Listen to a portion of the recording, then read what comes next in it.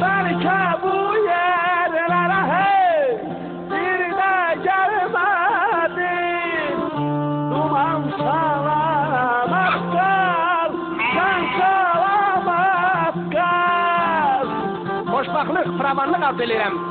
Elə bu mövzularda çox başınızı arıtmaq istəmirəm. Sizə bir yarımda saat baştan söyləmək istəyirəm. Bir, yakışıklığın babdırlar. Gözde geldi.